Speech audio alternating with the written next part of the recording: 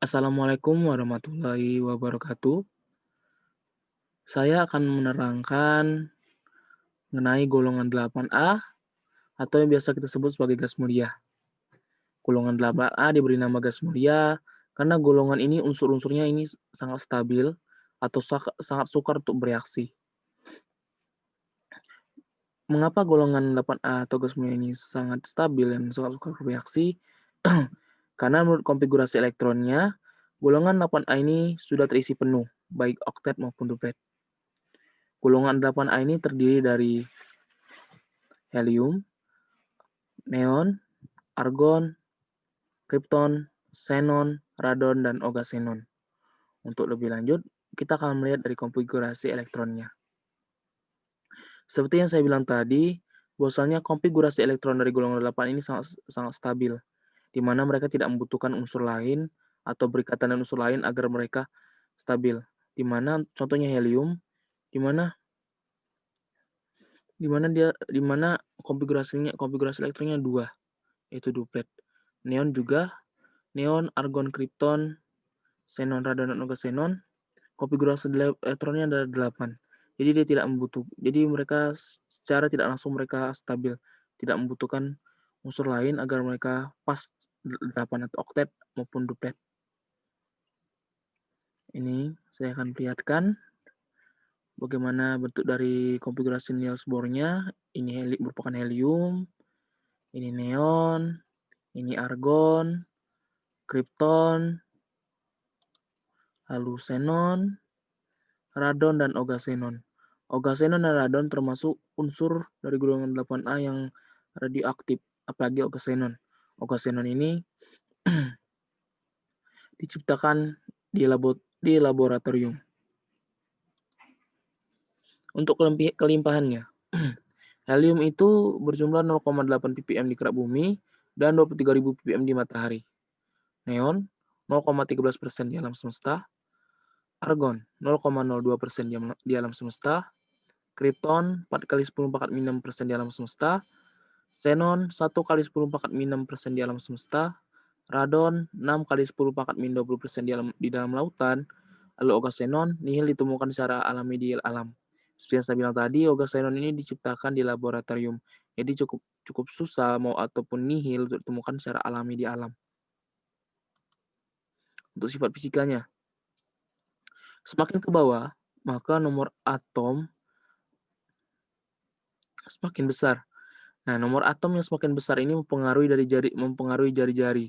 Ketika nomor atom semakin besar, maka jari-jari atomnya juga semakin besar. Jadi, dapat kita ambil kesimpulan bahwa dari helium sampai ke ogasenon, jari-jarinya semakin membesar.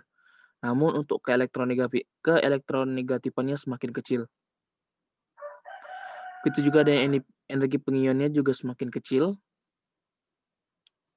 Untuk titik didih maupun titik cairnya, dia meningkat. Untuk sifat kimianya, seperti saya bilang tadi, bahwasanya golongan gas mulia ini dia itu sangat stabil, yang sangat sukar bereaksi. Maka sifat kimianya kereaktifannya rendah. Bukan berarti dia tidak reaktif. Dia hanya kereaktifannya rendah. Bahkan semakin besar jari-jarinya dia semakin reaktif. Maka ogasenon lebih reaktif daripada si helium. Walaupun golongan 8A atau gas mulia ini kurang reaktif, namun dia kadangkala bisa bereaksi dengan unsur-unsur yang sangat elektronegatif, contohnya oksigen dan fluor. Di sini xenon direaksikan dengan fluor membentuk xenon fluor 2 kali. Nah, di sini ada reaksi dengan oksigen di mana xenon direaksikan dengan air menghasilkan ini, xenon trioksida. Jadi bukan berarti si golongan gas mulia ini kurang reaktif, maka dia tidak bisa bereaksi. Ada kalanya dia bisa bereaksi dengan unsur-unsur yang keelektronegatifnya tinggi, contohnya fluor dan oksigen. Bagaimana cara pembuatannya? Helium sendiri ditemukan terdapat dalam gas alam di Amerika. Jadi helium ini paling banyak ditemukan di gas alam di Amerika. Gas helium ini mempunyai titik dinding yang sangat rendah, yaitu -268,8 celcius, sehingga pemisahan gas helium dari gas alam dilakukan dengan cara pendinginan sampai gas alam akan mencair sekitar -156 celcius, dan gas helium terpisah dari gas alam. Sedangkan argon, neon, krypton, dan xenon merupakan hasil samping dalam industri pembuatan gas nitrogen dan gas oksigen.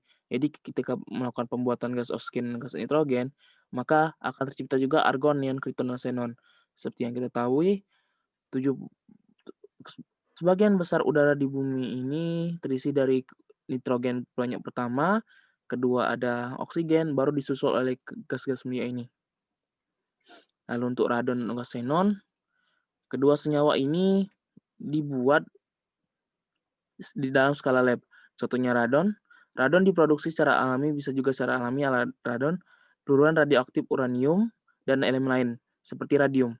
Misalnya 222 radium dihasilkan oleh peluruhan radium 226 radium. Jadi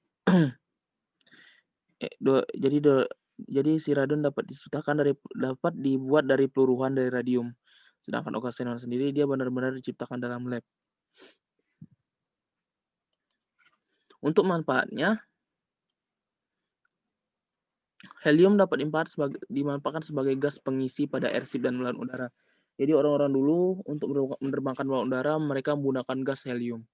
Sedangkan neon dia bisa digunakan jadi zat pendingin, penangkal petir, dan juga bahan lampu neon. Argon dapat digunakan sebagai las titanium dan stainless steel.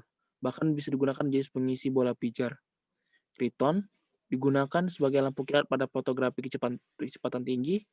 Xenon bakterisida dan tabung elektron. Sedangkan radon sebagai sistem peringatan gempa dan juga dapat digunakan sebagai terapi kanker. Lalu gas xenon hanya untuk digunakan untuk penelitian laboratorium.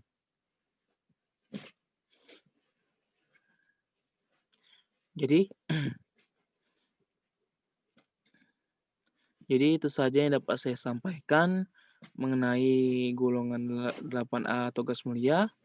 Bila ada salah kata saya mohon maaf. Pada Allah saya mohon ampun. Wabillahi taufiq wal hidayah. Wassalamualaikum warahmatullahi wabarakatuh.